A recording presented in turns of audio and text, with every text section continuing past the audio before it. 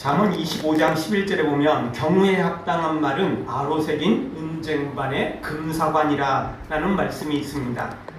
정말 경우에 합당한 말, 은쟁반도 참 대단한데 거기에 금사과까지 얹었으니 얼마나 귀하고 얼마나 보기 좋고 아름다운 것이겠습니까? 우리가 그렇게 경우에 합당한 말을 한다면 얼마나 좋겠습니까? 그런데 이렇게 이 경우에 합당한 말, 은쟁반에 금사과가 얹혀진 그런 정말 아름다운 말을 하기가 얼마나 어려운 일인지 이루 말할 수 없습니다. 말은 쉽지만 진짜 이런 말을 한다는 게 하늘의 별 따기만큼 어려운 것입니다. 정치인들만 그런 게 아니라 세상에 막말을 너무 쉽게 하고 또 상처 주는 말을 너무 쉽게 하고 사람을 죽이는 말을 너무 쉽게 하는 시대에 살고 있기 때문에 그렇습니다.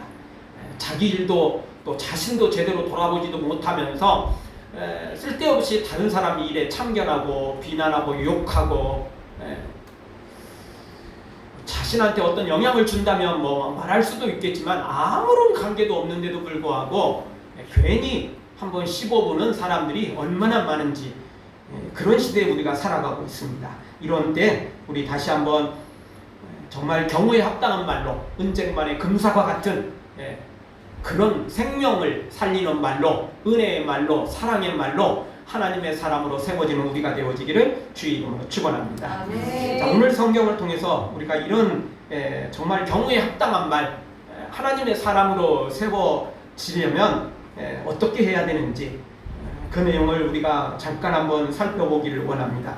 첫 번째 주시는 말씀은 우리가 나름 바른 말이라 할지라도 노를 바라는 것은 바르지 않다는 것입니다. 옳은 말을 해도 바른 말을 한다 할지라도 전달하는 방법이 틀리다면 그것은 바른 것이 아니라는 것입니다. 쉽게 설명하면 이렇습니다. 여러분 개나 고양이나 요즘 애완동물들 많잖아요.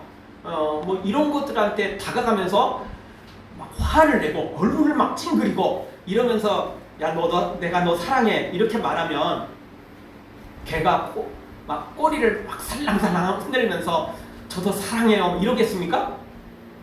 말은 사랑한다고 말할지 모르지만 얼굴을 찡그리고 화를 내고 그리고 눈을 막 부릅뜨고 막 잡아먹을 듯이 달려들면 경계를 하게 돼 있는 겁니다. 그렇죠? 그게 개나 고양이만 그런 게 아니고 사람도 똑같습니다. 우리가 이웃집에 가고 꼬마 아이한테 뭐 화를 내고 막 뭐 울고불고 막 해하면서 강도 같은 깡패 같은 얼굴 하면서 내가 너 사랑해 이렇게 말한다고 되는 게 아니라는 것이죠. 진짜 그렇게 사랑한다면 눈도 얼굴도 모습도 천사 같은 모습을 보일 때 상대방도 안심하게 되는 것입니다. 그렇지 않으면 상대방이 깜짝 놀라는 거죠. 아니 저 사람이 지금 뒤에다 칼 숨기고 나한테 지금 엉뚱한 소리로 지금 나를 유혹하는 것 같아. 그런 느낌이 들지 않겠습니까? 여러분 우리 사람이라는 것은 말도 중요하지만 얼굴, 행동, 모습도 굉장히 중요합니다. 왜냐하면 그것도 말이에요. 입으로만 말하는 게 말이 아니고 우리가 행동으로 말하는 것도 말인 것입니다. 표정으로 말하는 것도 말인 것입니다. 어떨 때는 진짜 우리의 말보다 행동이나 표정의 말이 더 강하게 드러날 때도 있는 것입니다.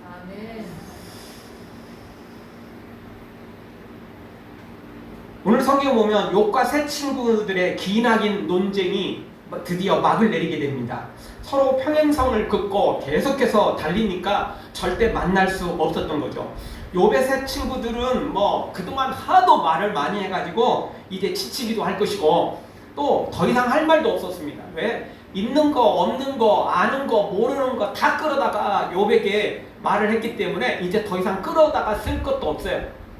더 이상 이제 말할 게 없어요. 다 말을 했어요. 평생 할 말 오늘 다 했거든요. 오늘 아니죠. 지금 며칠간에 걸쳐서 지금 이 말을 한 거거든요. 오늘 성경에 지금 뭐 진짜 그 3장 뭐 한 이쯤부터 시작한 거잖아요. 지금 논쟁이. 그래서 지금 오늘 31장까지 올 때까지 지금 논쟁을 벌였으니까 이게 지금 며칠 몇 날을 거쳐서 이 일을 한지 모를 정도입니다.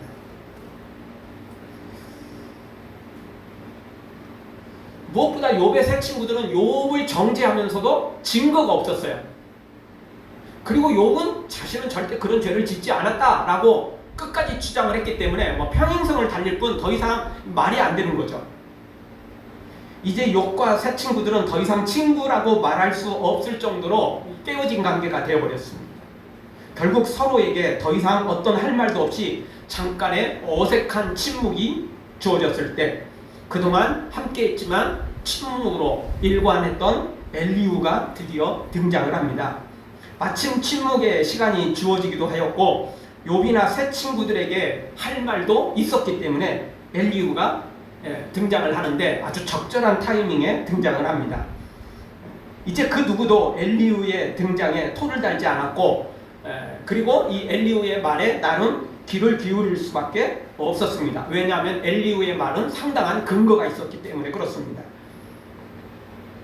이유는 엘리후는 옛날 과거의 일을 들먹인 게 아니고 지금 현재, 지금 며칠 동안 이루어진 일에 대해서만 이야기를 했기 때문에 그렇습니다.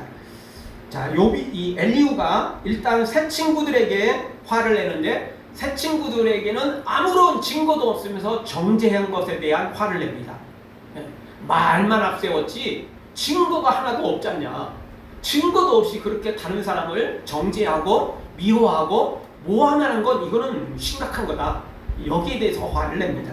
그리고 욥에게 대해서도 역시 화를 냅니다. 이유는 욥이 의롭다고 주장하는 바람에 자신이 하나님보다 더 의로운 것처럼 보였다는 거죠. 그래서 엘리후가 욥에게도 화를 냅니다. 이 엘리후의 이 말은 근거도 확실했고 그리고 바른 말이었습니다. 옳은 말이었습니다. 욥에게 한 말도 욥이 자신의 의롭다함을 너무 강조하는 바람에 하나님이 지금 약간 불의하고 완전히 하나님이 나쁘다 이건 아니지만 지금 현재 상황에 대해서는 하나님이 불의하다는 거죠. 왜?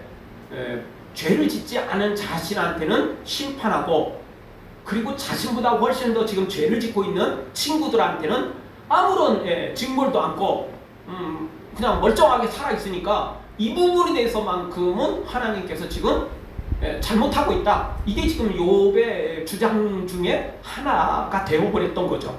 그래서 이제 엘리후가 욥에게도 화를 낸 것은 절대 틀린 것은 아니었습니다. 욥에 대해서 진단한 게 절대 틀린 것은 아니었습니다. 그럼에도 불구하고 엘리후가 잘못한 게 하나 있다면 그것은 화를 냈다는 것입니다. 새 친구들에게 화를 내는 것은 절대 틀린 것이 아닙니다. 그런데 욥에게 화를 낸 것은 문제가 있습니다. 여러분 예수님도 성전을 정화할 때 화를 내셨죠? 분노하셨잖아요. 비둘기 파는 자들, 돈 바꾸는 자들의 상을 뒤엎어 엎으시고 화를 냈잖아요. 분노하셨잖아요. 여기 엘리후도 화를 내고 분노하는 근거가 정확하잖아요. 새 친구야 정확한 거고 욥에 대해서도 분노할 만큼 하죠. 왜? 자신이 하나님보다 더 의롭다라고 약간의 완벽하게 그렇게 욥이 말을 한 것은 아니지만 하나님은 불의하고 자신은 의롭다 이렇게 주장한 건 아니에요. 그러나 지금 현 상황에서만큼은 하나님이 자신에게 대한 일을 심판한 것은 부당한 거다. 이 부분을 이제 새 친구하고 논쟁 중에 그 이야기가 나온 거죠. 그게 너무 또 강조된 것도 사실입니다. 그리고 실제 이제 마지막 부분에서 하나님께서 임재하셨을 때 욥에게도 역시 책망을 하십니다. 네가 얼마나 의롭길래 나보다 더 나의 그 행사에 대해서 왈가불가하느냐 하나님이 책망을 하시거든요. 그럼에도 불구하고 그렇게 하나님께서 욥에게 책망을 하셨지만 그 책망은 어떻게 보면 하나님만이 하실 수 있는 책망인 것입니다. 다른 사람이 그렇게 말하기는 욥의 교만은 그렇게 큰 것이 아니었던 거죠. 말 그대로 새 친구에 비하면 세 발의 피에 불과했다는 것입니다. 우리식으로 말한다면 털어서 먼지 안 나는 사람이 어디 있겠습니까? 그쵸? 그러니까 욥도 그런 모습이에요. 욥의 허물은, 욥의 그 먼지는 일반 사람에 비춰보면 진짜 아무것도 아니에요. 그걸 굳이 엘리후가 들먹거릴 정도의 큰 잘못이거나 죄라고 말하기도 어려운 것입니다. 어쨌든 뭐 말할 수 있어요. 말할 수는 있는데 엘리후가 화를 낸 것은 분명히 잘못됐다는 것입니다. 왜냐하면 요백이는 화를 내는 것보다 먼저 위로와 격려가 필요했기 때문에 그렇습니다. 쉽게 말한다면 이렇습니다. 교통사고가 났어요. 차든 사람이든 어떻게든 크게 부딪혔어요. 그래서 지금 사람이 쓰러졌어요. 중상을 입었어요. 피를 흘리고 있다고요. 가벼운 경상 정도라면 뭐 병원에 갈 필요도 없고 뭐 거기서 그냥 뭐 누가 잘못했는지 따지고 사진 찍고 뭐 보험사 연락하고 이러면 괜찮아요. 그러나 지금 누군가 피를 흘리고 있다면 중상으로 보인다면 잘못 따지기 전에 뭐부터 해야죠? 119 불러서 아니면 빨리 다른 차를 이용하든 병원부터 데리고 가야 돼요. 그리고 나서 잘못을 따져야 되는 거죠. 네가 잘못했느냐 내가 잘못했느냐 이거 따지기 전에 일단 병원부터 가야 되는 거예요. 그리고 나중에 따져야 되는 거죠. 그쵸? 중상자가 없으면 따져도 상관없다는 거죠. 지금 욥이 그냥 뭐 평범한 정도라면 뭐 엘리후가 화를 낼 수도 있어요. 근데 그게 아니잖아요. 욥은 지금 하루아침에 알거지가 됐죠. 10명의 자녀들은 다 죽었죠. 그의 아내는 욕하고 가출했죠. 거기다가 욥은 지금 몸에 질병으로 오늘 내일 하고 있잖아요. 몸에 구더기가 살 정도였으니까 아니 그게 보는 것도 끔찍하지만 구덩이 꿈틀꿈틀 하는 거 이거 보는 것도 끔찍하지만 그게 사람 몸에 있다고 생각해 보십시오. 썩는 음식이 아니고 욥이 그렇게 살이 썩어가고 있었다고요. 피부가 구덩이가 생겼다라고 성경은 말하고 있으니까 그 정도인데 엘리후가 먼저 해야 될 것은 위로하는 거 아니에요? 격려하는 거 아니에요? 설사 욥이 잘못했다 할지라도 먼저 해야 될 건 그거였다라는 거죠. 사람들 관계에서도 똑같습니다. 여러분 어떤 그 뉴스를 통해서 어떤 사람이 크게 잘못했어요. 정말 이거는 구속감이에요. 그렇다 할지라도 아무리 구속을 시켜야 될 사람이라 할지라도 집안에 지금 뭐 장례가 생겼거나 또 집안에 어떤 큰 사고가 생겼을 때는 그 적절한 선에서 위로의 말을 전해주잖아요. 정치권도 그러잖아요. 그렇게 막말하고 정말 그냥 못 잡아먹어서 안달인 사람들도 상대방에게 큰 어떤 우엉거리가 있을 때는 일단은 위로의 말을 던지잖아요. 어려운 일 만났는데 잘 해결되길 원합니다. 그럼에도 불구하고 이건 잘못했어 라고 이제 이야기를 하는 거잖아요. 그런 정치인들도 그러고 나쁜 놈들도 나쁜 구속을 시켜야 될 사람마저도 우리는 그렇게 일단은 그렇게 시작을 하는데 여기 아니 욥이 뭐 그렇게 잘못했습니까? 지옥 갈 만큼 잘못했냐고요? 아니잖아요.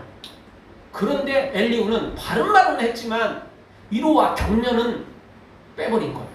그게 먼저 필요했던 거죠. 욥의 상황이 단순했다면 그럴 수 있어요. 단순 경미한 교통사고라면 잘잘못 따지는데 누가 뭐라고 하겠어요. 따져야지. 그러나 지금 피를 흘리고 있는데 중상처럼 보이는데 그거 따지기 전에 병원부터 가야 되는 게 맞듯이 지금 여기서 해야 될 것은 욥에게 화를 낼 게 아니고 욥이 무슨 죽을 죄를 진 것도 아니고 먼저 위로와 격려한 다음에 그런데 네가 너의 그 변명을 너의 무죄함을 너무 강조하는 바람에 네가 하나님보다 의로운 것처럼 보여졌다. 네가 그렇게 말을 했다. 그 부분은 너의 잘못이다. 이렇게 말을 해도 충분한 건데 엘리후는 바른 말은 했지만 하다 보니까 그동안 참고 하여튼 할 말은 많이 있었지만 참았거든요. 그것 때문에 갑자기 노를 바라버려요. 그렇죠. 우리도 그럴 때 있잖아요. 할 말은 많은데 말을 못하고 있다가 갑자기 말을 할 때는 어떻게 되죠? 그 말이 아주 친근하게 또는 그 참 조곤조곤하게 말하기가 어려워요. 원래 참고 참았던 사람이 한번 말하기 시작하면 폭발하면 무서운 거 알고 계시죠? 엘리후도 사실 그랬어요. 바른 말을 했는데 화를 발했다는 거, 노를 발했다는 거, 이건 바르지 못했다는 것입니다. 따라서 오늘 성경을 통해서 우리가 알 수 있는 건 진실한 것도 중요합니다. 사실도 중요합니다. 그러나 그거 못지않게 중요한 것은 경우에 합당한 말이어야 된다는 거죠. 네. 은쟁반의 금사가 같은 말을 하려면 바른 말만 해서는 안 됩니다. 또 신약성경에서는 우리에게 말하죠. 모든 것이 가한다 할지라도 옳은 말이라 할지라도 다 유익한 건 아니라는 거죠. 유익을 줘야죠. 유익을. 네. 옳은 말이라고 바른 말이라고 다 좋은 것만은 아닌 것입니다. 아니 뭐 그 이웃집 아이가 지금 좀 깨재재한 모습을 보이고 있어요. 별로 이쁘지도 않은 것 같아요. 그래도 그거 아이 너 밉다 야 이러면 상처받아요. 그쵸? 관계 깨져요. 별로 안 이뻐도 그냥 이쁘다고 해줘야 되는 거예요. 예. 또 그렇게 말하다 보면 또 이뻐 보여요. 솔직히. 예. 뭐 솔직히 내 자식이 뭐 미스 코리아감이고 그냥 뭐 이래서 이쁜 건 아니잖아요. 왜 이쁘죠? 내 자식이니까. 예. 내 가족이니까. 내 피가 섞였으니까 그냥 이뻐 보이는 거예요. 그런 거예요. 똑같은 거예요. 예. 아니 내 자식한테도 야 너 미스 코리아보다 훨씬 떨어진다. 야 너 못생겼다. 너. 야 너 미스터 코리아보다 야 그게 야 몸짱은커녕 야 너 그렇게 비시비야. 아니 뭐 그런 말도 할 수는 있는데요. 네, 맨날 그러면 그거 곤란해지는 거예요. 관계 깨지는 거예요. 관계 깨지는 거예요. 네. 가족은 필요할 때는 진실한 말을 해야 될 때도 있지만 대부분의 말들은 그래도 사랑한다. 이거예요. 너 이쁘다. 이거예요. 네. 용기와 위로와 격려가 필요한 것이지 반드시 바른 말이 필요한 게 아니에요. 바른 말 필요할 때도 많아요. 그러나 유익을 줘야 된다고요. 유익을요. 아무리 좋은 말이라도 얼굴 찡그리면서 화를 내면서 눈을 부르뜨리며 막 잡아먹을 듯 말하는 건 바르지 않다는 것입니다. 우리가 바른 말만 한다고 다 되는 게 아닙니다.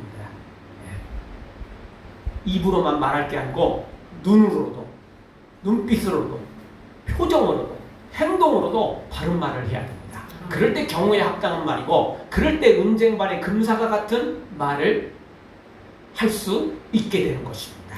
사랑하는 성도 여러분, 어떤 말이든 일으키고 살리는 말이 될 수 있도록 경우에 합당한 말로 우리 모두 하나님의 사람으로 세워지기를 주의 이름으로 축원합니다. 다 같이 한번 따라하겠습니다. 바른 말을 넘어 살리는 말을 하겠습니다. 경우에 합당한 말을 하겠습니다. 두 번째 주시는 말씀은 말하는 것보다 듣는 것을 먼저 해야 된다는 것입니다. 그럴 때 또 바른 말을 할 수 있고 또 유익을 끼치는 말을 할 수 있는 것입니다. 엘리후는 나름 지혜로운 사람이었습니다. 무턱대고 나대는 사람은 아니었습니다. 비록 요백에는 도움이 되지 못하였지만 그래도 다른 친구들에게 정죄하고 무턱대고 욕하는 그런 사람은 아니었던 거죠. 좀 화를 낸 것은 바르지 못했지만 그렇다고 새 친구들에 또 비하면 엘리후는 양반이었던 거예요. 그건 마지막에 하나님이 나타나셔서 새 친구들에게는 확실하게 너희들이 잘못했다. 만약 욥이 너희들을 위해서 기도하지 않으면 축복하지 않으면 나도 너희의 죄를 용서하지 않겠다. 하나님이 그렇게 선언을 하시거든요. 그러니까 새 친구의 잘못은 컸던 거죠. 그렇지만 그때에도 하나님은 엘리후에 대해서는 언급하지 않습니다. 그러니까 엘리후가 그렇게 잘못하지 않았다라는 거죠. 새 친구들만큼 잘못하거나 죄를 지은 것은 아니라는 겁니다. 만약 그때 엘리후가 새 친구들처럼 그렇게 죄를 졌다면 하나님께서도 엘리후에게도 동일하게 말씀을 하셨겠죠. 근데 엘리후는 그러진 않았어요. 그 엘리후가 나름 천방지축 그냥 자기 하고 싶은 말이 그냥 무조건 말을 한 것은 아니라는 것입니다. 뭐 그렇게 보면 엘리후는 야고보서 1장 19절 말씀처럼 듣기는 속히 하고 말하기는 더디하라는 말씀을 나름 잘 지키는 사람 중에 한 사람입니다. 다만 야고보서 1장 19절 하반절에 듣기는 속히 하고 말하기는 더디하라는 말씀과 함께 플러스 된 말씀이 있어요. 그게 뭐죠?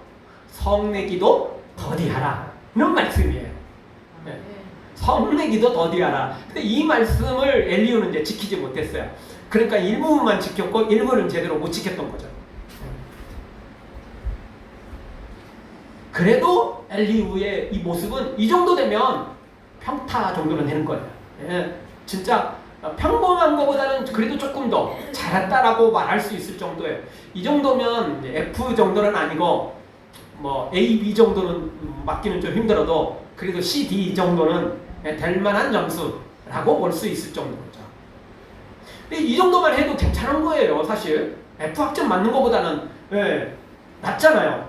이거 새 친구들은 완전 F예요. 하나님께서 분명히 말씀하죠. 만약 욥이 너희의 죄를 용서하지 않는다면, 욥이 너희들을 위해서 축복기도 하지 않는다면 내가 너희의 죄를 용서하지 않겠다. 하나님 그렇게 선언하실 정도니까 F 학점이잖아요. 다시 또 기회를 받지 않으면 F는 회복되기 어려운 거잖아요. 재수강을 하든지 또는 뭐 교수가 그래도 특별히 기회를 줘서 재시험을 봐서 다시 또 뭐 이렇게 조금 회복할 수 있는 길을 주는 거지 않습니까? 어쨌든 이 엘리후는 그래도 말하는 것보다는 듣는 것을 먼저 했고 나름 하나님의 말씀을 지키려고 노력했던 사람 중에 한 사람인 것입니다. 자, 엘리후가 이렇게 말했던 이유는 4절에 보니까 나이가 자신이 조금 더 적었기 때문이에요. 4절 말씀 보면 엘리후가 그들의 나이 자기보다 많으므로 욥에게 말하기를 참고 있다가 참았어요. 욥에게도 새 친구들에게도 참았어요. 나이가 조금 적으니까. 그래서 6절에도 이렇게 말하죠. 중반절 나는 연소하고 당신들은 연로함으로 참고 나의 의견을 감히 진술하지 못했다. 이렇게 말하는 거죠. 근데 여러분 나이가 적다고 말하지 않습니까? 그건 또 아니거든요. 우리가 지금 뭐 유교시대에 사는 조선시대에 사는 것도 아니고 나이가 적다고 말 못하는 건 아니거든요, 솔직히. 그런데 엘리후가 이 말하지 않은 것은 말 그대로 그냥 단순히 나이가 적기 때문이 아니에요. 그만큼 지혜로웠다 그 이야기입니다. 무턱대고 그냥 아무 때나 그냥 나대는 사람이 아니었다라는 것입니다. 그래서 자기가 침묵할 때는 침묵하고 또 말할 때는 말하는 사람. 그래도 이게 타이밍을 잘 잡는 사람이었어요. 이런 때 쓰는 말은 침묵이 금이다 라는 거죠. 그동안 어떤 침묵한 건 진짜 금이었어요. 말을 했을 때도 바른 말을 한 거예요. 다만 이제 욥에게 화를 낸 게 이제 그게 이제 약간의 문제가 있었던 것일 뿐 그래도 엘리후는 상당히 잘한 것이다 라고 말할 수 있다는 거죠. 진짜 A는 못 맞아도 뭐 잘 주면 또 B도 될 수도 있는 것이고 어쨌든 이 엘리후는 나름 괜찮은 모습을 보였던 것입니다. 우리도 이 엘리후의 모습 중 이 노를 바란 거는 빼고 이 정도만 우리가 말하고 살고 행동하고 살아간다면 뭐 어느 정도는 칭찬받을 수 있는 것입니다. 이 정도만 돼도 좋겠어요. 왜? 형편없는 사람들이 많거든요. 여기 새 친구처럼 하는 사람들이 너무 많으니까 너무 많다 보니까 엘리후 같이만 해도 좀 이뻐 보이는 것이죠. 다시 말씀드리지만 엘리후는 단순히 나이가 적기 때문에 이런 건 아니라는 거예요. 그만큼 지혜로웠던 거예요. 그만큼 자기 할 말을 참고 또 듣기는 먼저 하고 말하기는 더디한 사람이라는 것입니다. 그리고 말할 때라도 엘리후가 말할 때에도 다른 사람들이 다 이제 침묵할 때 그때 말한 거예요. 아직도 친구들이 할 말이 많은데 치고 들어간 게 아니고 야 근데 내가 들어보니까 영 아닌 것 같다. 그 말 그렇게 치고 들어간 게 아니고 다른 사람들이 침묵하고 있을 때 어색한 침묵이 이어진 그 순간에 싹 들어간 거죠. 그러니까 엘리후의 말이 나름 이제 이후에도 이제 32장 계속되거든요. 그 누구도 엘리후의 말에 반박을 하지 못해요. 왜? 말이 맞으니까. 그리고 본인들도 할 만큼 다 했잖아요. 이제 할 만큼 다 해가지고 별로 이제 할 말도 별로 없어요. 여기서 괜히 말 한마디 더 했다가는 더 창피하고 더 부끄러운 모습밖에 안 보이니까 그냥 조용히 들을 수밖에 없을 때 그때 엘리후가 말을 시작한 것이라. 사랑하는 성도 여러분, 우리도 엘리후의 모습 중 화를 낸 것만 빼고 이렇게 듣기는 속히 하고 말하기는 더디할 줄 아는 그리고 적절한 타이밍에 우리가 말을 해서 정말 그 누구한테도 사람들에게 뿐만 아니라 하나님께도 인정받는 책망받지 않는 하나님의 사람들로 세워지기를 주의 이름으로 축원합니다. 다시 한번 따라서 하겠습니다. 말하기보다 듣기를 먼저 하겠습니다. 말하기보다 듣기를 먼저 하겠습니다. 말부터 하면은 반드시 오류가 생깁니다. 뭐 우리 한국말 중에 하나는 한국말은 끝까지 들어봐야 된다는 거죠. 그 말은 뭐냐면 영어는 동사가 먼저 나옵니다. 그 이야기가 뭐냐면 no, not 이런 단어들이 먼저 나와요. 그래서 이게 지금 부정적인 말인지 긍정적인 말인지가 먼저 일단 소개가 되는 거죠. 근데 우리나라 말은 말 그대로 끝까지 들어봐야 돼요. 이렇게 됐는데 아니야 라고 될 수도 있는 거고, 그거 맞아 그럴 수도 있는 거잖아요. 끝까지 가봐야 솔직히 아는 거죠. 근데 영어는 사실 끝까지 들어볼 필요가 없어요. 왜? 처음 딱 들어봤을 때 이게 노인지 S인지 일단은 분명히 드러나요. 네. 그리고 이제 끝까지 들어보면 더 정확한 이유가, 근거가 나올 뿐이죠. 우리말은 어떻게 될지 몰라요, 솔직히. 그러니까 더 들어봐야 되는 거예요. 네, 더 들어봐야 되는 거예요. 사실 이 성경은 영어권을 가진 그런 언어보다는 역시 우리나라 같은 언어를 가진 사람들에게 더 필요한 말씀이에요. 진짜 우리처럼 언어 체계를 가진 사람들한테 더 필요한 말씀이에요. 듣기는 속히 하고 말하기는 더디하다. 마지막 세 번째 주시는 말씀은 참된 지혜는 하나님께로부터 나온다는 것입니다. 아멘. 9절에 보면 이런 말씀이 있습니다. 대인이라고 지혜로운 것이 아니요 노인이라고 공의를 깨닫는 것이 아니라는 것입니다. 출세하고 성공했다고 박사라고 또 유명한 사람이라고 반드시 그 사람이 지혜로운 게 아니라는 것입니다. 노인이라고 공의를 깨닫는 것이 아니라는 것입니다. 그럴 가능성이 나름 있을지 모르지만 반드시 그런 게 아니라는 것입니다.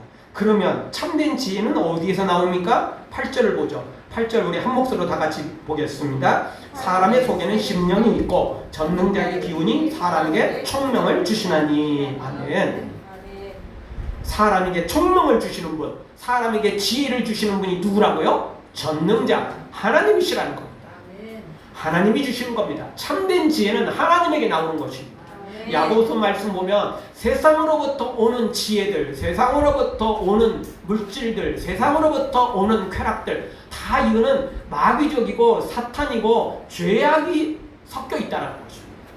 불순물이 섞여 있다는 거예요. 바이러스가 섞여 있다는 것입니다. 코로나 바이러스처럼 섞여 있다는 것입니다. 그래서 우리가 마스크를 써야 코로나를 그나마 조금 더 방비할 수 있듯이 우리에게도 이런 특별한 마스크가 필요한데, 세상의 것을 막고 하나님으로부터 오는, 하늘에서 내려오는 지혜를 받아야 된다는 것입니다. 그것이 순수한 지혜라는 것입니다. 그것이 진짜 백신이라는 겁니다. 세상의 백신은 부작용도 있고 문제점도 조금 있지만 하늘의 백신은 부작용 하나 없는 완벽한 백신이라는 것입니다. 하늘에서만 내려올 수 있는 것입니다. 세상에서 땅에서 오는 것들은 반드시 부작용이 있어요. 바이러스가 껴있습니다. 불순물이 껴있는 것입니다. 하늘에서 내려오는 것이야말로 100% 순수한 참된 지혜인 것입니다. 그래서 오늘 성경 다시 한번 사람에게 총명을 주시는 분은 하나님이십니다. 전능자라고 다시 한번 우리에게 가르쳐 주고 있는 것입니다. 여러분, 세상의 것을 가지고 인용하고 세상의 것을 가지고 살면 우리의 지혜는 오염되게 마련입니다. 코로나 바이러스처럼 동일하게 좋은 것 같은데 문제를 일으키는 것이 되고 마는 것입니다. 그러나 하늘에서 내려오는 참된 지혜는 또 그런 지혜를 가지고 말하는 것은 반드시 좋은 열매 맺게 되어 있는 것입니다. 생명의 열매 맺게 되어 있는 것입니다.